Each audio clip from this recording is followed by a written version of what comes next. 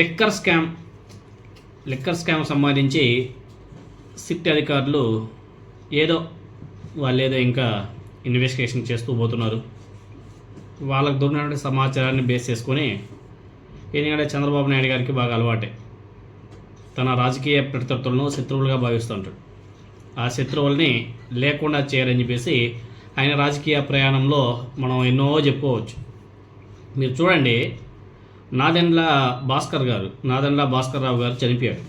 చంద్రబాబు నాయుడు గారు పరామర్శించాడా? అంతే. అంటే నారా చంద్రబాబు నాయుడు గారి రాజకీయాలు ఎలా ఉంటాయంటే అలానే ఉంటాయి. ఎనీహౌ, ఇప్పుడు మనం లిక్కర్ స్కామ్ గురించి చెప్పుకుంటున్నాం కదా. ఇప్పుడు ఆ లిక్కర్ స్కామ్లో సిట్ వాళ్ళు కొన్ని డాక్యుమెంట్స్ని సేకరించారు. దానికి సంబంధించి నారా చంద్రబాబు నాయుడు గారు కేంద్రంలో ఉన్నటువంటి ఆయనకు ఉన్నటువంటి పలుకుబడితో అక్కడి నుంచి మోదీ గారిని ఒప్పించి ఈడీని కూడా రంగంలోకి దింపింది. ఈ కుంభకోణంతో సంబంధం ఉన్నటువంటి కొంతమంది ఇళ్లలో ఈడీ సోదాలు కూడా నిర్వహించింది. రాజకేశ్ రెడ్డి, చెవిరెడ్డి భాస్కర్ రెడ్డి, విజయసాయి రెడ్డి, గోవిందప్ప, ధనంజయ రెడ్డి, కృష్ణమోహన్ రెడ్డి ఇలాంటి వాళ్ళ ఇళ్లలో ఈడీ అధికారులు సోదాలు నిర్వహించారు. పాపం వాళ్ళకి ఏం తొరనట్టుగా ఉంది. పాపం సైలెంట్కి వెళ్ళిపోయారు. ఏమైనా దొరుకుంటే ఈ సమయానికి పచ్చ మీడియాలో కథనాలు వచ్చేసేటివి.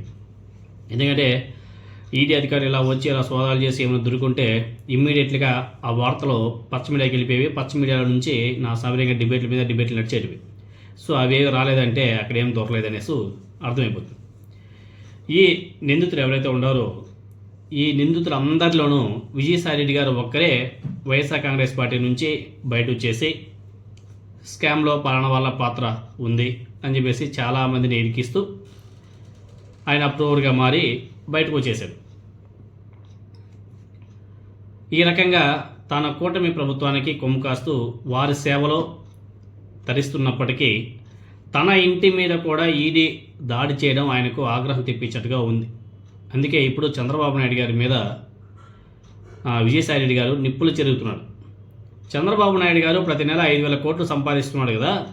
అంటే ప్రతి ఏడాది 60,000 కోట్లు, నెలకు 5,000 కోట్లు అంటే 12,60,000 కోట్లు సంపాదిస్తున్నాడు. ఆయన ప్రతి ఏడాది 6,000 కోట్లు విదేశాల్లో దాచుకుంటున్నాడు అంట విజయసాయి రెడ్డి గారు చెప్పాడు. ఏడాదిలో మిగిలిన 54,000 కోట్లను చంద్రబాబు నాయుడు గారు ఎక్కడ దాచుకుంటున్నాడు? బహుశా అది కూడా విజయసాయి రెడ్డి గారికి తెలిసే ఉంటుందేమో. ఇప్పుడు ఈడీ దాడులు చేయాల్సింది తన ఇంటి మీద కాదు, ఆ 54,000 కోట్లు ఎక్కడ దాచుకున్నాడో చంద్రబాబు నాయుడు గారు ఆయన ఇంటి మీద ఈడీ దాడులు చేయాలి అని చెప్పేసి విజయసాయి రెడ్డి గారు చాలా సీరియస్గా కామెంట్ చేశారు. అదేవిధంగా తొలినాలలో నెలకు 50 లక్షల వాటాలు తీసుకున్న ఇద్దరు ఎంపీలలో విజయసాయి రెడ్డి గారు కూడా ఒకరని చెప్పేసి కూటమి ప్రభుత్వం వినిపించింది. ఆయన కూటమి ప్రభుత్వం జేబులో మనిషిగా మారి వైసీపీ నేతలను ఇరికిస్తూ సిట్కు సాక్ష్యం చెప్పినంత మాత్రాన తన పాత్ర మరుగున పడిపోతుంది అనేసి అనుకున్నాడు. అలా జరగపోయేసరికి చంద్రబాబు నాయుడు గారి మీద విరుచుకుపడుతున్నాడు. ఇక్కడ మెయిన్గా చెప్పాలంటే విజయసాయి రెడ్డి గారు రాజకీయ సన్యాసం తర్వాత సేద్యం అని చెప్పేసి మాట్లాడాడు. ఇప్పుడు ఈరోజు ఆయన ఏం మాట్లాడాడో ఒకసారి మీరందరూ కూడా వినండి. కేసీఆర్ గారు గతంలోనే చెప్పారు, most dirtiest politician in the country అంటే ఎవరంటే చంద్రబాబు నాయుడు గారు అని. ఈ యొక్క వృద్ధ పాలిటీషియన్కి, రాజకీయ నాయకుడికి మీరు ఈ యొక్క కుట్రపూరితమైనటువంటి కుటిల రాజకీయాలు చేసినంత కాలం మీకు చరిత్ర మిమ్మల్ని మరిచిపోదు, చరిత్ర మిమ్మల్ని క్షమించదు. ఈ యొక్క ఆంధ్రప్రదేశ్ రాష్ట్రం ఈరోజు నాశనం అయిపోయింది అని అంటే అది దానికి చంద్రబాబు నాయుడు ఒక కారకుడు అన్నటువంటి విషయాన్ని నేను తెలియజేసుకుంటా ఉన్నా. నేను ఒక్కటే చెప్తా ఉన్నా, చంద్రబాబు నాయుడు చేసేటటువంటి అకృత్యాలని, దుష్ట రాజకీయాలని, ఆయన సెట్ చేసేటటువంటి అన్వారెంటెడ్ ప్రెసిడెంట్స్ ఏదైతే ఉన్నాయో ఇవన్నీ కూడా భావితరాలకి చేటు చేస్తాయి. తప్పకుండా నేను ఒకటి చెప్తున్నాను, గతంలో కూడా చెప్పాను, ఈరోజు చెప్తున్నాను,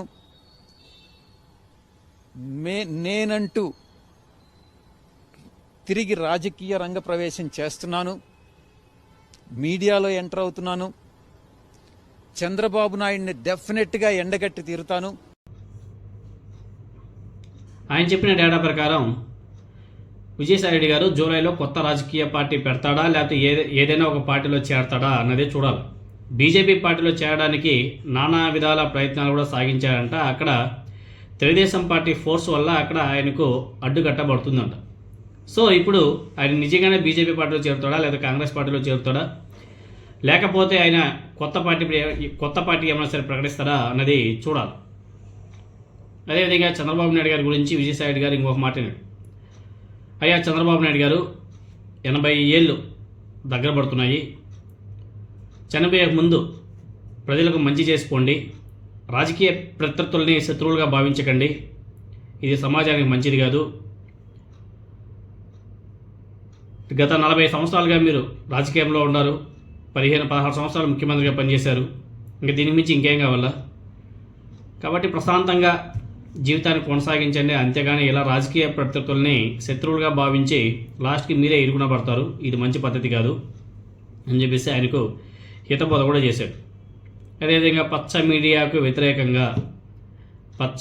వ్యతిరేకంగా జూలైలో ఒక న్యూస్ ఛానల్ వస్తుంది, రాజకీయ రంగ ప్రవేశం కూడా మళ్ళీ ఉంటుంది అని చెప్పేసి విజయసాయిరెడ్డి గారు చాలా స్పష్టంగా చెప్పాడు. ఆయన మాటలని మీరందరూ కూడా ఒకసారి వినొచ్చు. చంద్రబాబు నాయుడికి 80 ఏళ్ళు వస్తూ ఉన్నాయి. ఏం చేస్తాడు?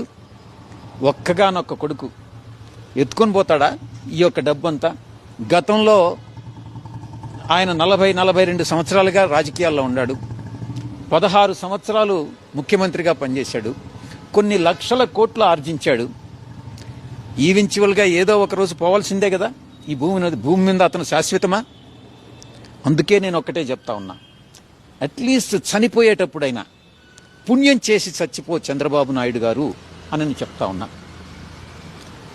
మంచి కార్యం చేయండి, ప్రజలకు ఉపయోగపడే కార్యక్రమం చేయండి, అంతేగాని ప్రజలను రాజకీయ ప్రత్యర్థులను ఎప్పుడు నువ్వు శత్రువులుగా చూడొద్దు. రాజకీయ ప్రత్యర్థిగానే చూడండి. మీరు ఆర్జించే 5,000 కోట్ల రూపాయల నెలకు శాశ్వతం కాదు, అది మీకు ఎప్పటికీ సంతోషాన్ని ఇవ్వదు.